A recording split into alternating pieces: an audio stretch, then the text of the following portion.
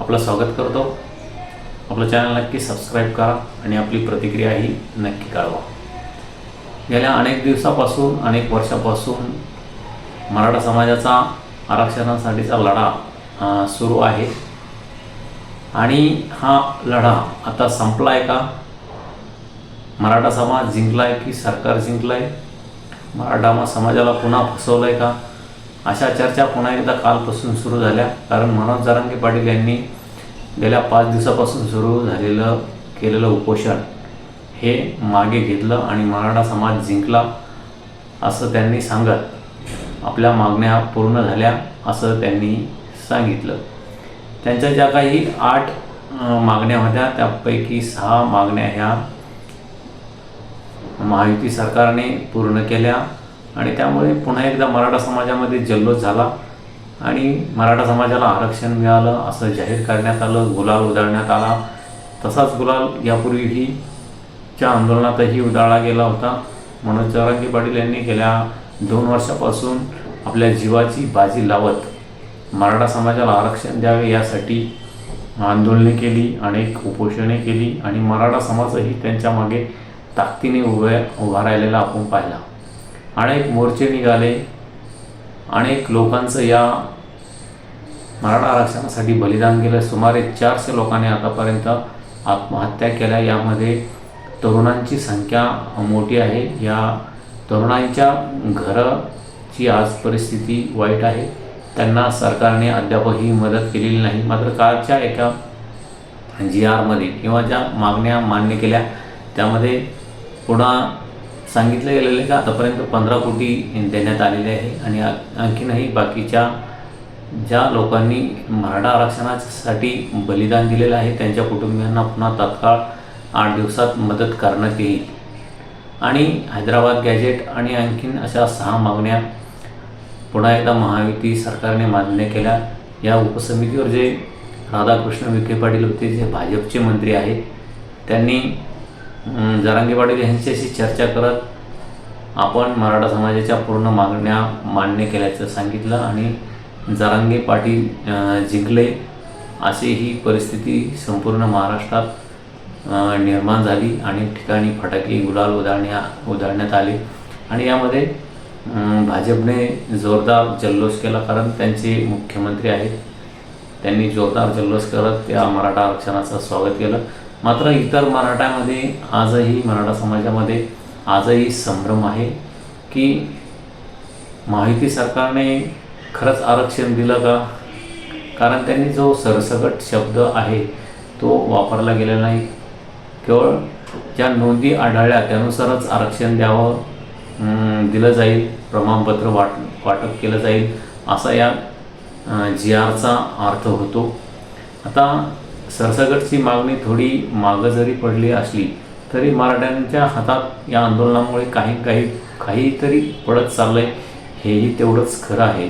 मात्र जे काही घटनातज्ञ आहेत, कायदातज्ञ आहेत, त्यांनी मराठा समाजाच्या आरक्षणासाठी कायदेशीर लढाई लढली, न्यायालयीन लढाई लढली असे विनोद पाटील यांनीही या संदर्भात स्टेटमेंट देताना सांगितले की महायुती सरकारने अर्थात विखे पाटील यांच्या उपसमितीने जो GR मराठा समाजाच्या हातात दिला, जरांगे पाटील यांच्या हातात दिला, त्याचा मराठा समाजाला काडीचा उपयोग होणार नाही असं एक त्यांचं स्टेटमेंट आहे।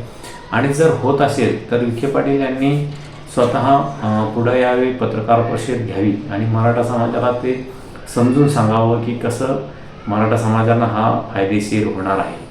त्यामुळे पुन्हा एकदा सगळं जल्लोषाचं वातावरण, जरांगे पाटील मराठा समाज जिंकला असं वातावरणाचं असताना पुन्हा असे वेगवेगळे स्टेटमेंट येत आहेत। ॲडव्होकेट असीम सरोदे यांनी सांगितलं की या GRमधून जास्तीचं काही हाती लागलं असं वाटत नाही, परंतु शिक्षण आणि नोकरीमध्ये जे अपेक्षित आरक्षण मराठा समाजाला होतं ते मिळालं आहे का यावर प्रश्नचिन्ह त्यांनीही निर्माण केलेलं आहे। त्यामुळे आता मराठा समाज एकंदरीत आरक्षणावरून संभ्रमात आहे। एकीकडे जिंकलं तर दुसरीकडे पदरात पडेल की नाही अशी शक्यता मराठा समाजामध्ये आहे. संपूर्ण महाराष्ट्र सध्या काही खुशी काही गम असे वातावरण सध्या या मराठा आरक्षणाच्या आंदोलनानंतर आपल्याला दिसतंय. मात्र सध्या तरी हा महायुतीने GR काढलेला आहे आणि त्या माध्यमातून कुणबी नोंदी आता शोधल्या जातील. त्याची ग्रामपंचायतीवर जे यादी आहे तीही लावले जाण्यास असल्याचं शासनाने मान्य केलं. आणि यामध्ये जर काही कोणी आडकाठी आणत असेल, जे OBC समाजाचे नेते आहेत, छगन भुजबळ असो की कोणी इतर, त्यांनी पुन्हा या जो शासनाने GR काढलेला आहे त्याच्या विरोधात न्यायालय लढाई लढण्याची एक इशारा दिलेला आहे.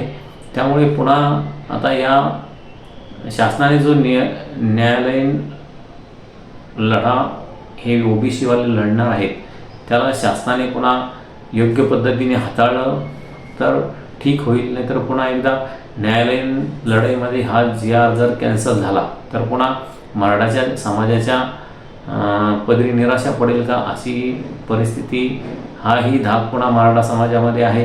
त्यामुळे एकंदरीत सगळीकडे संभ्रमाचं वातावरण या GR मध्ये आलेलं आहे. कारण मराठा समाजाची सरसकट जी मागणी मनोज जरांगे पाटील यांनी सुरुवातीपासून लावून धरली होती किंवा मराठा समाजाने लावून धरली होती, ती महायुती सरकारने आणि विखे पाटील यांच्या उपसमितीने मान्य केलेली दिसत नाही. केवळ नोंदी असणारे आणि त्यांचे जे सगळे सोयरे आहेत त्यांनाच हे कुणबी प्रमाणपत्र मिळणार असल्याचं त्यांचा GR मध्ये नोंद आहे. त्यामुळे पुन्हा एकदा मराठा समाजाला आरक्षण सरसकट मिळालेलं नाही असं एकंदरीत या GR वरून दिसतं. दुसरीकडे मुख्यमंत्री देवेंद्र फडणवीस यांनी सांगितलं की आता मराठा समाजाच्या जो आरक्षणाचा गेल्या अनेक वर्षाचा प्रश्न होता तो आम्ही सोडवलेला आहे आणि आम्ही ते निश्चित केलं होतं की मराठा समाजाला आम्हाला न्याय द्यायचा आहे. कोणत्याही जाती धर्माचे प्रश्न असो ते आम्ही सोडवणार आहोत असं एक त्यांचं स्टेटमेंट आहे.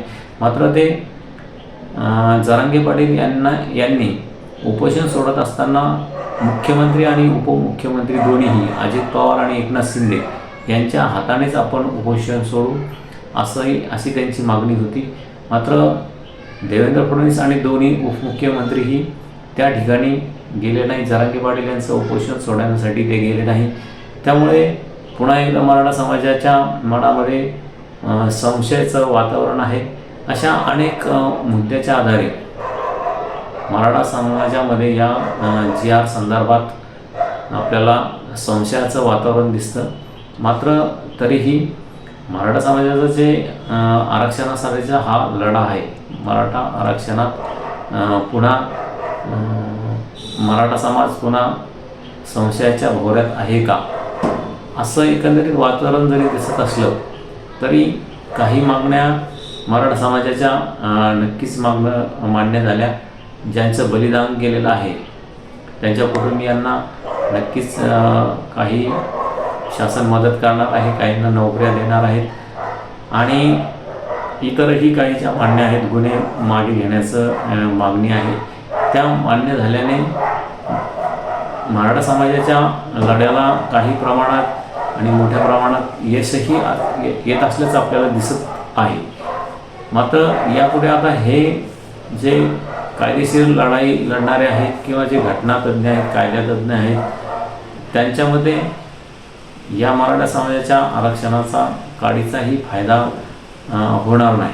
त्यामुळे मराठा समाज पुन्हा संभ्रमात आहे. पुन्हा गेल्या काही महिन्यापूर्वी जसं मनोज जरांगे पाटील यांच्यावर एकनाथ शिंदे यांनी गुलाल उधळला होता आणि पुन्हा तेव्हाही जल्लोष साजरा करण्यात आला होता, त्यानुसारच पुन्हा मराठा समाजावर वेळ येते का असंही संशयाचं वातावरण काही मराठा समाजातील घटकामध्ये आहे. त्यामुळे या संदर्भात आता जोपर्यंत या GRची अंमलबजावणी होत नाही, जोपर्यंत आपल्याला याचा काही रिझल्ट मराठवाड्यामध्ये किंवा पश्चिम महाराष्ट्रामध्ये दिसत नाही, तोपर्यंत मराठा समाजामध्ये तरी संशयाचं वातावरण राहीलच असं दिसतंय. आपणही आपली प्रतिक्रिया नक्की कळवा की या लढ्यामध्ये देवेंद्र फडणवीस जिंकले की मनोज जरांगे पाटील आणि मराठा समाज जिंकला, की देवेंद्र फडणवीस यांनी पुन्हा येत्या स्थानिक स्वराज्य संस्थेच्या निवडणुकीच्या पार्श्वभूमीवर पुन्हा आपली वेळ काढूची जी भूमिका आहे, एखादी निवडणूक आली की काहीतरी आश्वासन द्यायचं आणि वेळ मारून पुन्हा स्थानिक स्वराज्य संस्था आपल्या पदरात पाडून घ्यायच्या, असं काही घडलं नाही का? असंही संशयाचं वातावरण पुन्हा एकदा तयार झालेलं आहे. आपण आपली प्रतिक्रिया नक्की कळवा की मराठा समाजाला खरोखरच आरक्षण मिळालं आहे का, आणि या आरक्षणाचा शिक्षणाने थेट नोकरीमध्ये मराठा समाजाला फायदा होणार आहे का? आपण समाधानी आहात का की सरकारने या संदर्भात राजकारण केलं आहे? या संदर्भात आपली प्रतिक्रिया नक्की कळवा. धन्यवाद. थांबतो.